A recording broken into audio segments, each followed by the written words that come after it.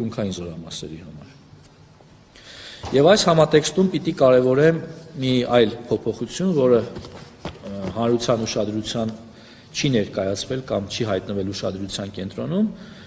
Հիմա դահլիճում գտնվողները, նրանց հարազատները, ովքեր նախկինում ծառայել են, կհիշեն, որ երթման արարողության ժամանակ ինչի միջով են անցել զինծառայողը եւ նրանց ծնողները։ Սկսած X քաղաքում ծանոթ գտնել, բարեկամ գտնել, հյուրանոց վարձել,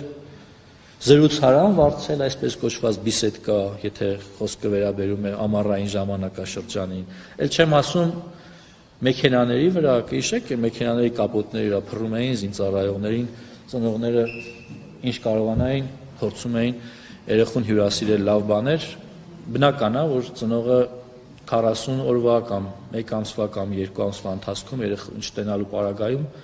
ինչ որ էմոցիաներ ունի, փորձում է ամեն կերպ, մանավանդ որ զինծառայողը նախկինում որքան էլ որ սա վաթենչի, ասոցացվել է սոված լինելու հետ։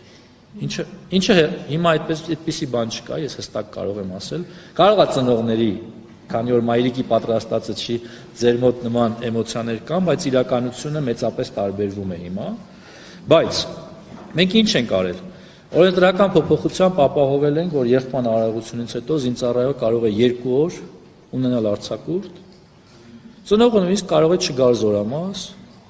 զինծառայողը կստանա 2-օրյա արձակուրդը, կգնա իրենց տուն, իր հարազատների հետ կվայելի այդ 2 հանգստյան օրերը, այնուհետև կվերադառնա հիմնական ծառայության որպես լիիրավ զինծառայող։ Սա նույնպես լուրջ փոփոխություն եմ համարում, սա ավելի շատ էմոցիոնալ փոփոխություն է, բայց շատ կարևոր է թե զինծառայողների եւ թե նրանց ծնողների համար։ Հարգելի գործընկերներ, ամենավերջում ցանկանում եմ ընդգծել, որ կարգապահության բարձրացման ուղղությամբ նույնպես էական աշխատանքներ են կատարվել այս տարիների ընթացքում եւ ես պիտի կարևորեմ 2025 թվականը, որովհետեւ 2025 թվականին մենք ունենք շոշափելի արդյունքներ այս ուղղությամբ եւ սա վերաբերում է հիմնականում կանոնադրային հարաբերությունների խախտմանը եւ դրա հետևանքով սպանությունների դեպքերին, ես պիտի արձանագրեմ, որ 2025 թվականին այդպիսի դեպքեր չեն արձանագրվել։ Սա իրականում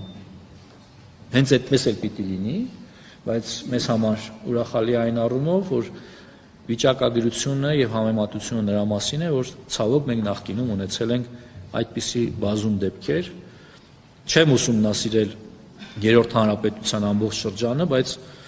կարող եմ ասել, որ թերևս նման տարիներ գուցե չեն արձանագրվել նախկին։